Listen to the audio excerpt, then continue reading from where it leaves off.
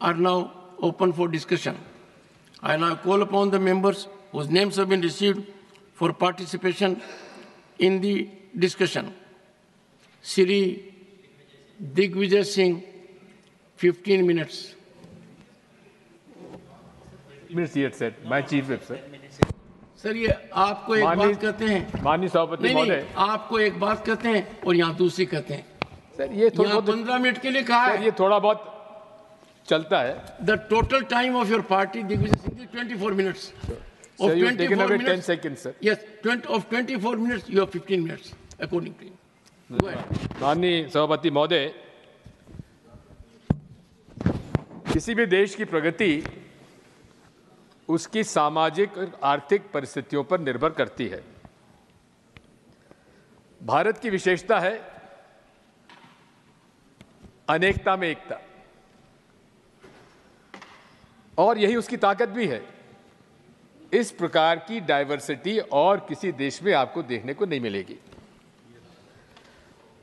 अब यहां विकास, प्रयास और विश्वास की जो बात होती है, ये तभी संभव है जब सबके साथ समान व्यवहार, न्याय, प्रेम, सद्भाव और भारतीय संविधान के article 38(2) minimize inequalities in income and article 39(c) operation of economic system does not result in concentration of wealth. Sir, इस बजट में और पिछले 10 साल के बजट में इन दोनों कॉन्स्टिट्यूशन के आर्टिकल्स का उल्लंघन हुआ है। इनइक्वालिटीज बढ़ी हैं, अमीर अमीर हुआ है, गरीब गरीब हुआ है, और कुछ चंद लोगों के पास, इस देश के 1% लोगों के पास 40% वेल्थ पहुंच गई है, और 1% के पास 22% आमदनी पहुंच गई है।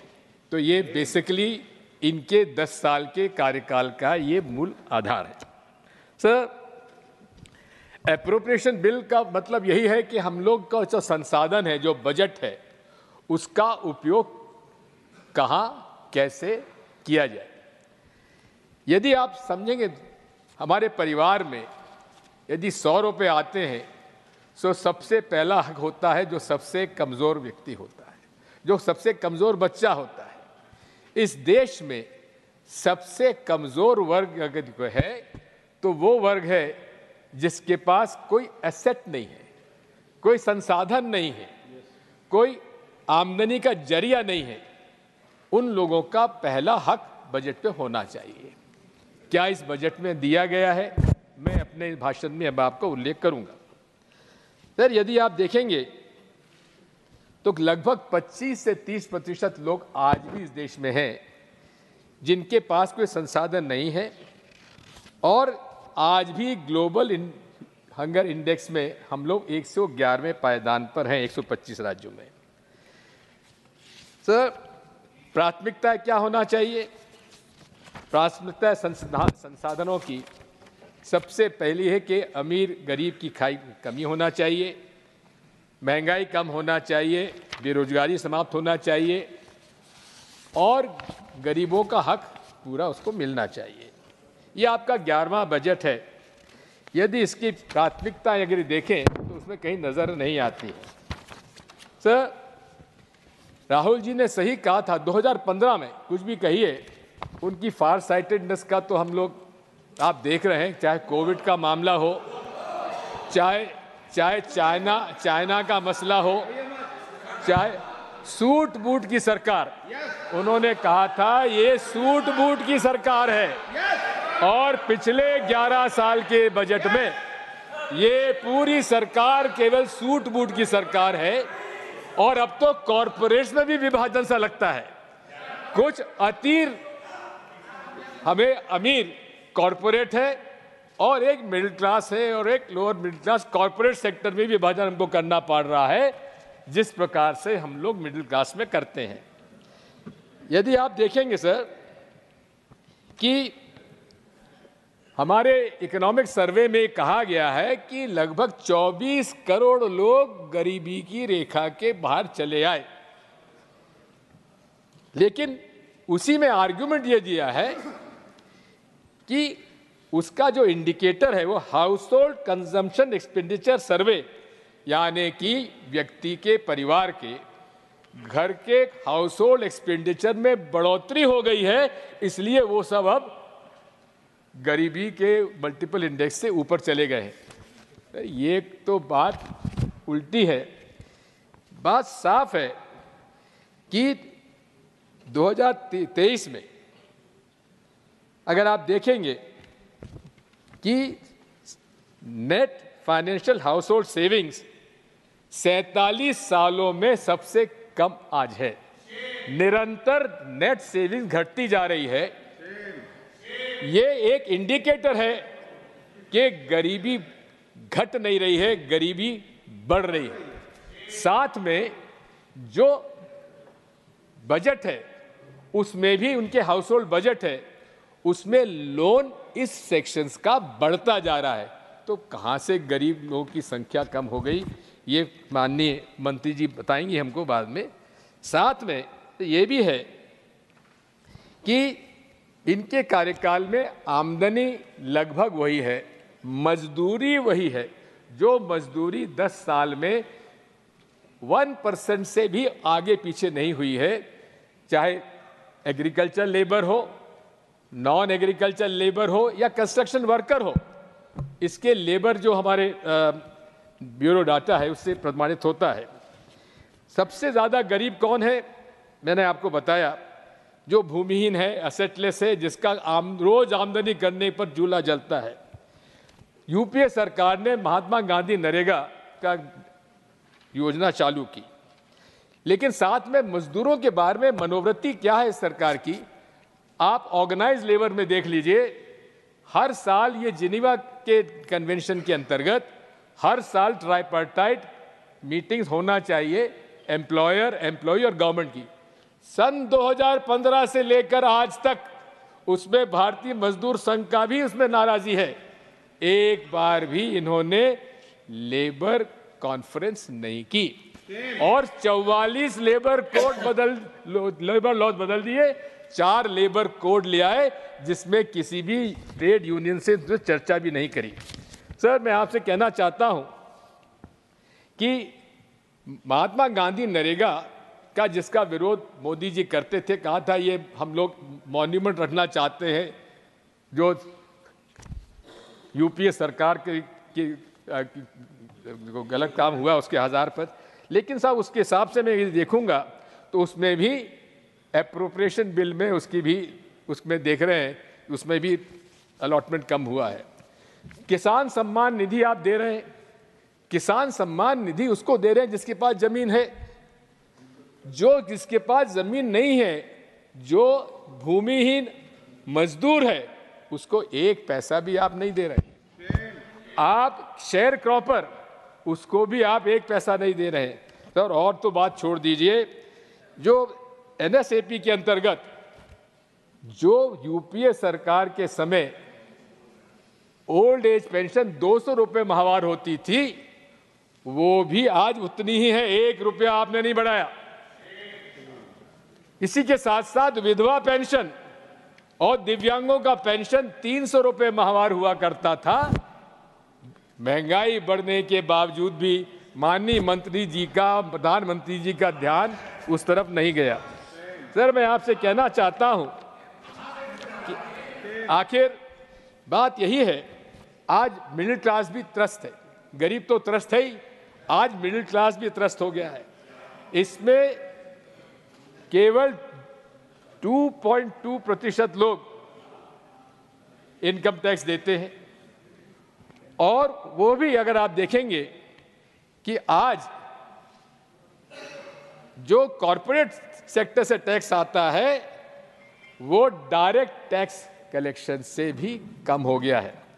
आप लोगों ने बड़े बड़े कॉरपोरेट्स को फायदा दिया। मैं बताना चाहता हूं कि आप लोगों ने इकोनॉमिक सर्वे के आधार पर पैरा 6 के अनुसार 2020 से लेकर 2023 के बीच में कॉर्पोरेट सेक्टर को 4 गुना फायदा हुआ है। लेकिन ये 4 गुना फायदा कहाँ गया? ये मैन्युफैक्चरिंग सेक्टर में नहीं लगा। असेट्स कहाँ गए मैं नहीं कह सकता। मूल बात ये माननीय सभापति महोदय, इन लोगों ने कॉर्पोरेट सेक्टर का ऊपर जो वेल्थ टैक्स था वो भी खत्म कर दिया। या यदि आज जो सुपर रिच हैं, यदि आप देखेंगे कि एक साल में बिलियनियर्स जो खरबपति, अरबपति से बड़े खरबपति, उनकी सबसे ज़्यादा संख्या बड़ी है तो मोदी जी के सरकार में बड़ी है। गरीब गरीब होता चला गया, अमीर अमीर होता चला गया। मेरा तो सुझाव ये है कि आप यदि सुपर रिच टैक्स केवल 300 सबसे अमीर परिवारों पर यदि आप उनके वेल्थ टैक्स 2% लगा देंगे तो आपका साल भर का भारत का बजट भी उससे पूरा हो जाएगा। लेकिन आप लगाएंगे नहीं, हम जानते हैं। मैं अनएम्प्लॉयमेंट के बारे में आज मेरा भतीजे से मेरे कुछ प्रश्न पूछे थे, नहीं मिला। लेकिन बात यह है, मैं आपके साथ अलग से बैठ के चर्चा करूंगा।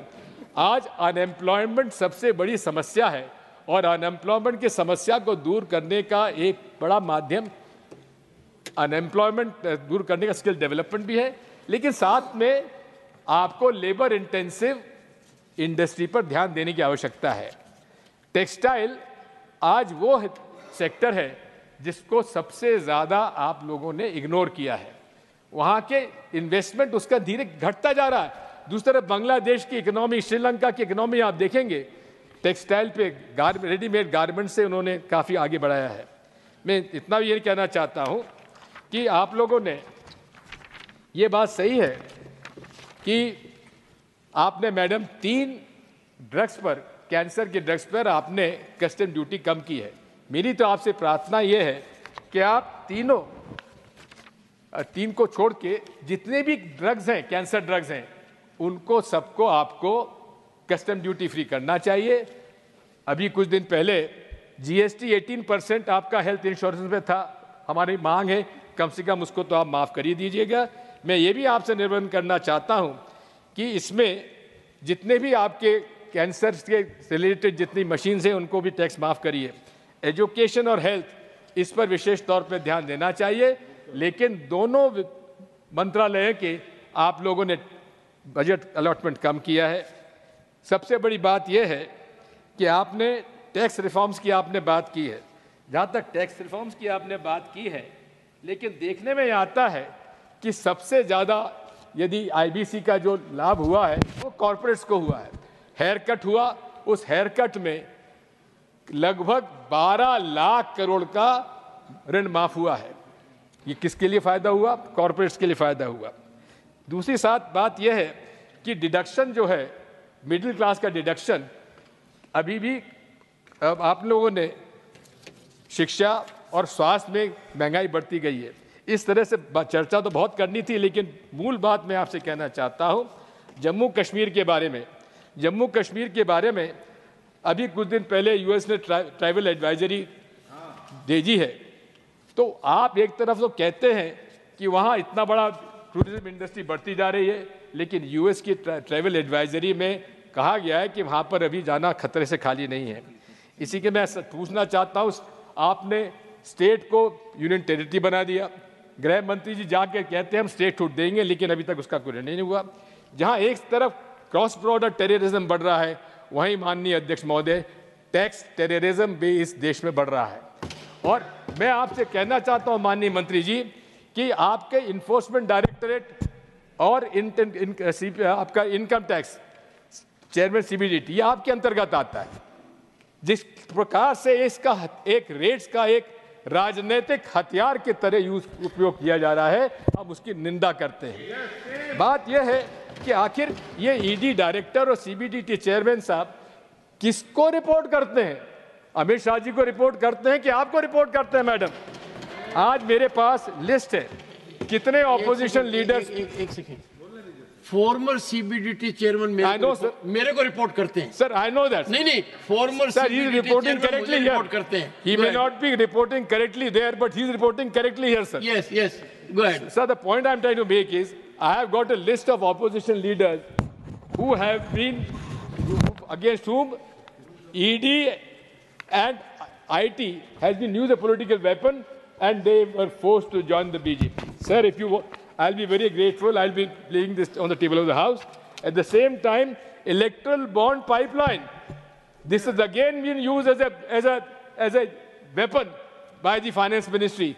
That list also have got those whose houses were raided, premises were raided, who have given huge sums of money in the electoral bonds.